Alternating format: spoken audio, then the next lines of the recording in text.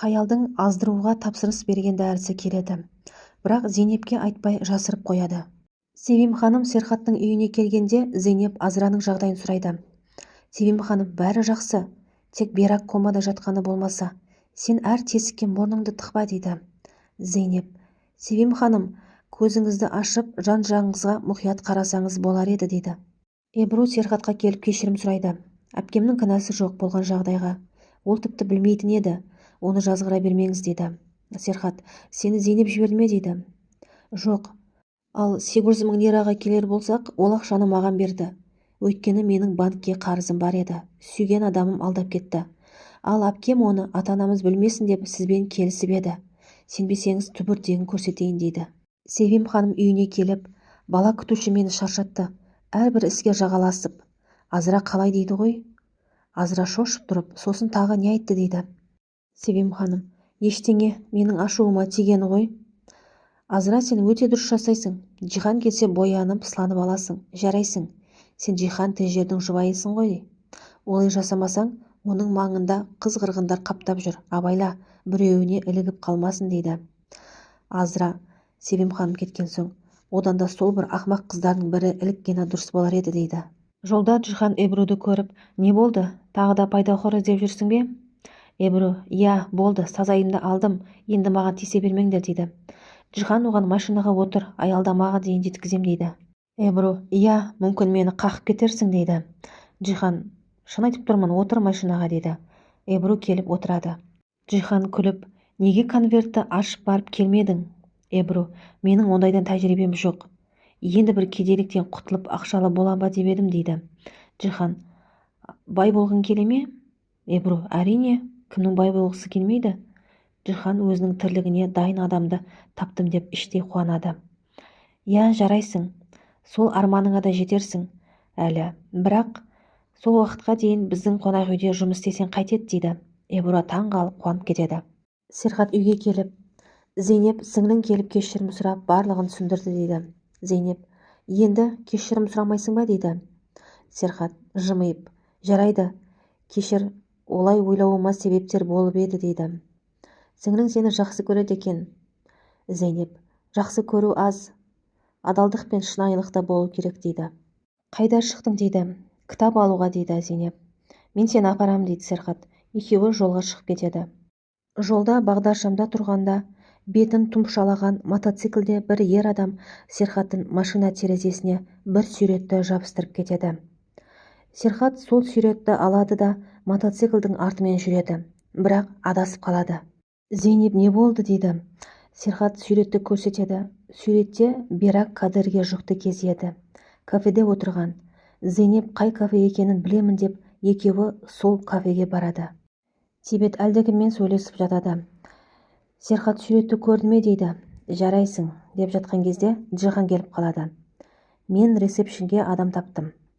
Ақша үшін барлығына дайын деп Эбруді ұсынбақшы. Ал Метин, Эбруді ертерек жұмысқа араластыр, ақша жасайық дейді. Серхат пен Зейнеп кафеге келіп администраторға суретті көрсетеді. 6 жыл бұрын осы әйел осында келіпті. Администратор, білмеймін, тұрақты клиент емес сияқты. Біздегі даяшылар ауысып тұрады. Тек мен ғана 6 жыл жұмыс жасап жүрмін дейді. Серхат пен Зейнеп кафеден шығып кетеді. Серхат ашуланып, менімен ойын ойнап жүр Берактың сүйіктісі. Мен бармын, бірақ мені таба алмайсың деген сияқты. Бірақ мен оны бәрібір табам дейді.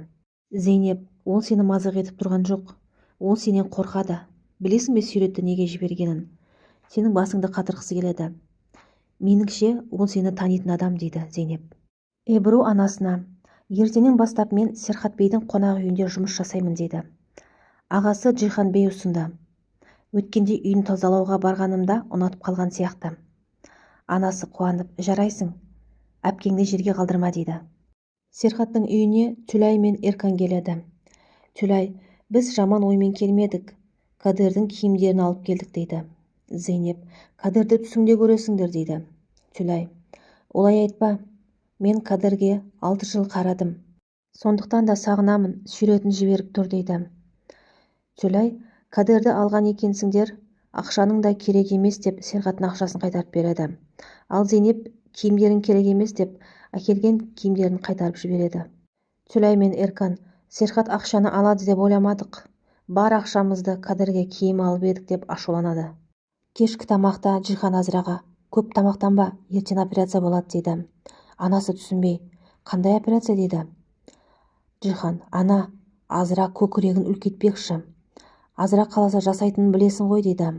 Джихан Азраның қалауы деп Азраға жаба салады. Анасы таң қалып: "Не керегі бар еді операцияның?" Азра Джиханға келіп: "Неге айттың?" дейді. Джихан: "Анама ол менің қалауым деп айта алмадым, ұят емес пе?" дейді. Азра: "Мен қаламаймын, мен санаспай уақында белгілеп қойыпсың." Джихан: "Айттым ғой кеше" дейді. "Мен әйелімнің көкірегі үлкен болғанын қалаймын" дейді. Азра: "Жоқ, мен жасамаймын, болмаса өзіңе басқа әйел тап" дейді. Джихан: "Не сөз мынау, сенен қалай бас тартамын" дейді. Азра: "Шаршадым, қашан бітеді осындайдың барлығы" дейді. Кешкісін Зейнеп анасына хабарласады. Анасы Эбрудың қонақ үйге жұмысқа алғанын айтады. Зейнеп Эбрумен сөйлесемін дейді. Эбруға ашуланып: "Істемейсің, ол адамнан аулақ жүр" дейді. "Оның бір ойластырғаны бар шығар, сенен кек алуы мүмкін" дейді. Эбру ашуланып: "Сен солардың үйінде тұрасың, ал мен қонақ үйге де кіре алмаймын ба сонда? Сені ұятқа қалдырмаймын, адал жұмыс жасаймын" дейді Эбру. Джихан Серхаттан суретті кім жібергенін сұрайды. Серхат: "Білмеймін" дейді. Джихан: "Айтпақшы, Зейнептің сіңлісін жұмысқа алдым. Сен де Седевті көз алдында болсын деп едің, мен де солай жасадым." Серхат: "Джихан, сен әкемен хабарластың ба" дейді. Джихан: "Жоқ, өліп қалған шығар" дейді.